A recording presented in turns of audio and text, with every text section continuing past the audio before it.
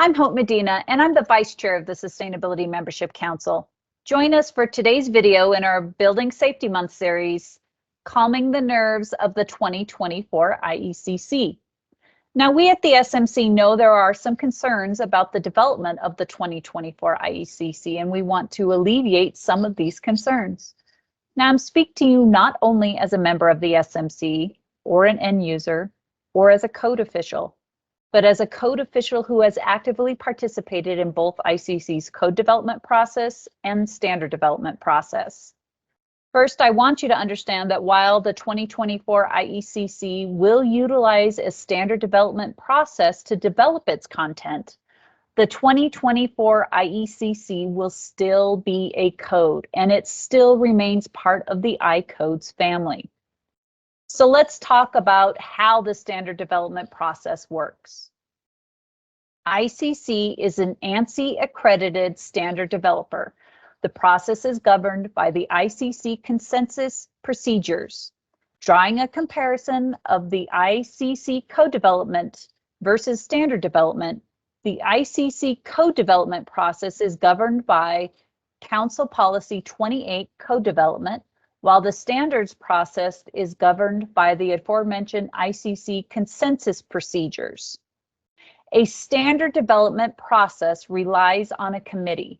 In this case, there's a residential committee and there's going to be a commercial committee. The call for committee was posted March 19th and the application deadline was April 23rd.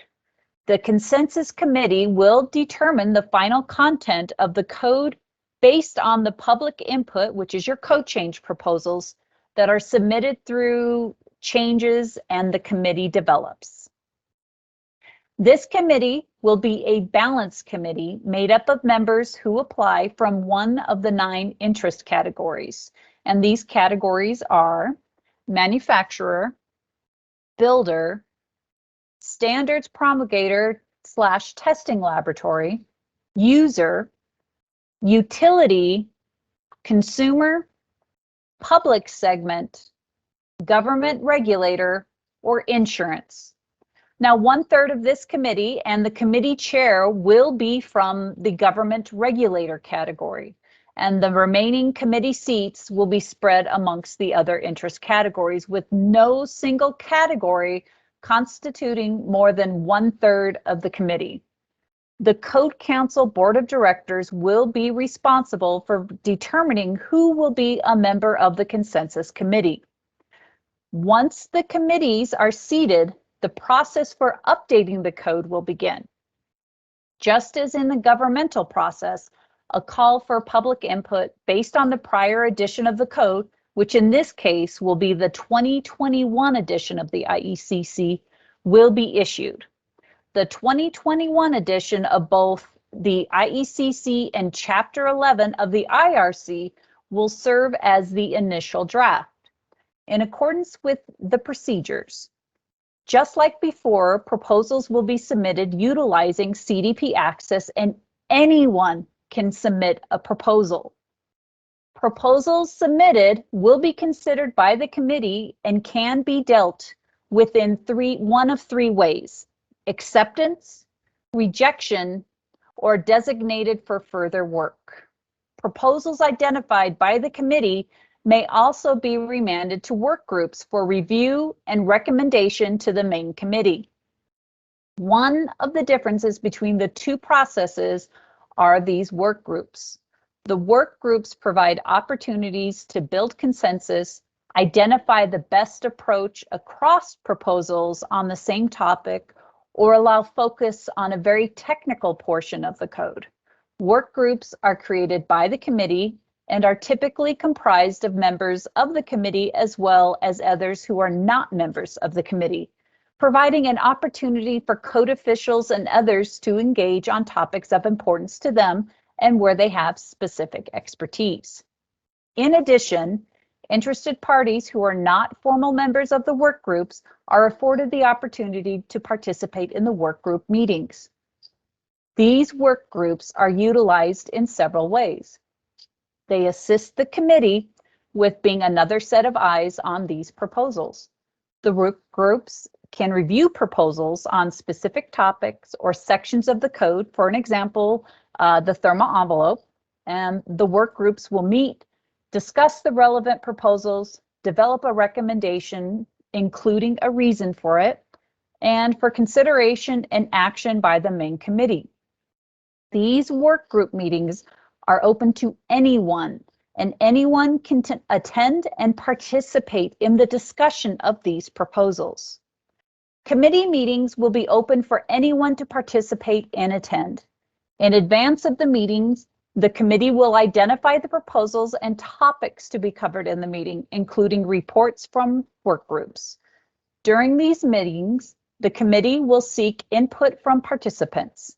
The committee will then vote on the topic under consideration, and for an action to be successful, it requires a 2/3 vote of the committee. Now, once all the proposals are considered, a public review draft of the code will be released for public comments. This draft will include all the changes approved by the committee. Public comments will be reviewed by the committee and possibly the work groups noted above, with the committee ultimately deciding how to resolve the public comments with a reason supporting their decision.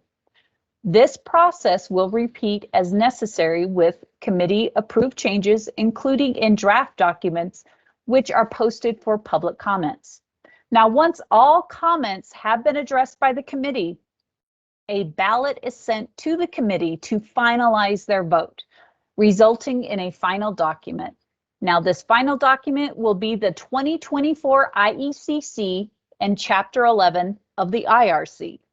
These two codes will be published with the full family of the 2024 I codes that are scheduled for the fall of 2023. Now, for a detailed look at this process, you're encouraged to review Section 8 and Section 9 in the procedures. The work of the committee is not finished when the 2024 codes are published. The IECC and Chapter 11 of the IRC will be developed under a continuous maintenance process to allow ongoing deliberation and the incorporation of provisions via an amendment process, which will be responsible to change in, technology or needs of adopting jurisdictions. And these amendments will not impact the 2024 editions, but they're rather a continuation, and it's a leading up to the 2027 editions. Be sure to visit ICC's webpage, Leading the Way to Energy Efficiency, at www.iccsafe.org/energy for more information. Included on the page is a link to the committee application process and FAQs, which address many of the common questions that are being asked. The unknown can be scary, but I ask that you do not allow the fear of the unknown to keep you from participating in the process or adopting the Energy Code or enforcing the Energy Code. This is a great new chapter for the evolution of the Energy Code.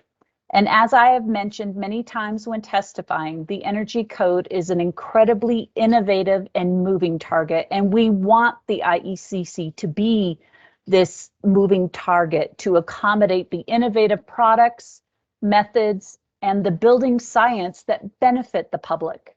If we leave the code alone, it becomes stagnant, and we wouldn't have all the great options for energy designs that we have now. Where would we be without the ERI path to assist those communities wanting to get to net zero energy? Where would we be if we could not adjust the sections and provisions found to have had technical problems? We hope that you will give this new process a chance to demonstrate the benefit to the IECC and our communities. We also hope that we see some new faces of code officials in the process to help create a document that is usable and enforceable for all end users. Let's make this the best energy code that has been produced thus far. Join us tomorrow for another edition in the Sustainability Membership Council's Building Safety Month video series, Saving the World, One Building at a Time.